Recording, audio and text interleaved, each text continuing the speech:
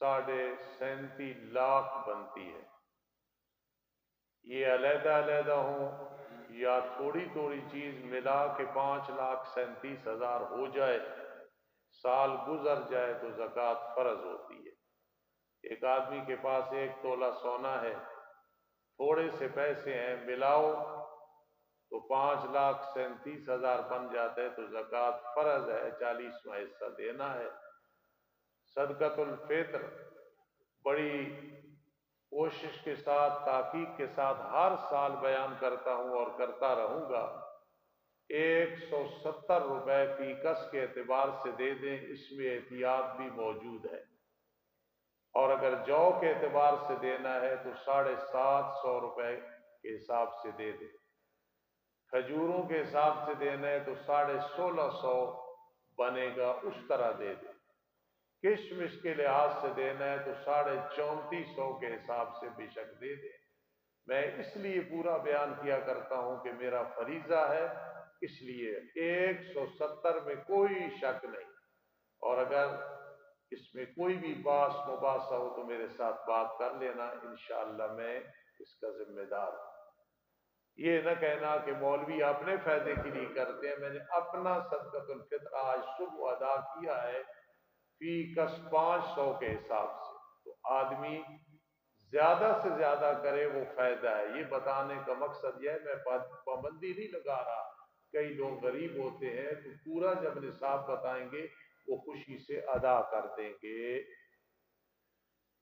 Drip लगवानी, injection गोश्त का हो, रग का हो, मसला पूछा गया, इससे रोजा नहीं टूटता, लेकिन बवक्त जरूरत, ताकत के लिए नहीं, तकलीफ हो, किसी किस्म का इंजेक्शन ड्रिप, इससे रोजा नहीं टूटता।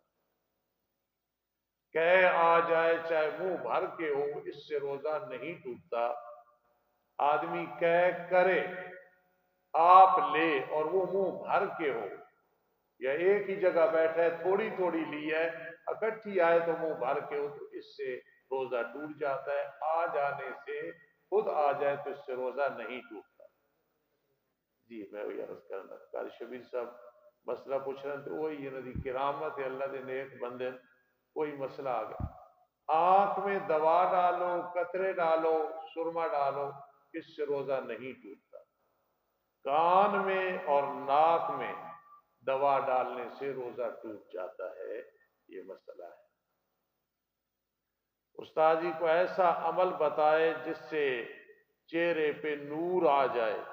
अल्लाह नूर समावात वल अर्ज़, ये जो 15वें पारे में है भाई, आप 18वें पारे में, 18वें पारे में ये जो आयत है, सुबह शाम एक दफा पढ़ो, इंशाअल्लाह चेहरे पे नूर आएगा। लेकिन साथ नेक आमाल भी करने। उस्ताद जी अगर कोई मर्द और औरत बदकारी करें तो उनको आदमी देख के कत्ल कर सकता है। भाई ये कानून अपने हाथ में नहीं लेना, गैरत अपनी जगह है, ऐसे कत्ल करना शरी तौर पे नहीं। वक्त के बादशाह, वक्त के काजी को कहना वो जो फैसला करे।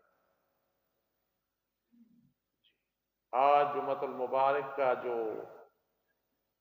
मैंने 60,000 कहा था, पिछले साल 67,500 हुआ था पहले जुम्मे पे। मैं अपने इस चीज को तब्दील करता हूँ, आज 70,000 चंदा होना चाहिए माओ बहनों आप लोगों का, वरना मैं फकीर इंशाअल्लाह पूरा कर दूंगा। आज 70,000 चंदा होना चाहिए, मस्जिद के अखराजात हैं, जरूरत है। ये बात मैं करने लगा हूँ, इसके बाद अताउरमान सब खुतबा पढ़ेंगे और सिर्फ रमजान में एक दफा करने लगा हूँ। हर किसी की अपनी जिम्मेदारी है। इस मदरसे के एहसान सब पे हैं, मुझ पे सबसे ज्यादा है। अल्लाह ने इज्जत अता की, शागिर्द पढ़ गए, बच्चे पढ़ गए, कोई सीधा नाम किसी को पता नहीं था, अल्लाह ने हर तरफ इज्जत अता की। तो मैं इसकी जो खिदमत करता हूँ ये बिल्कुल थोड़ी है, थोड़ी है, थोड़ी है।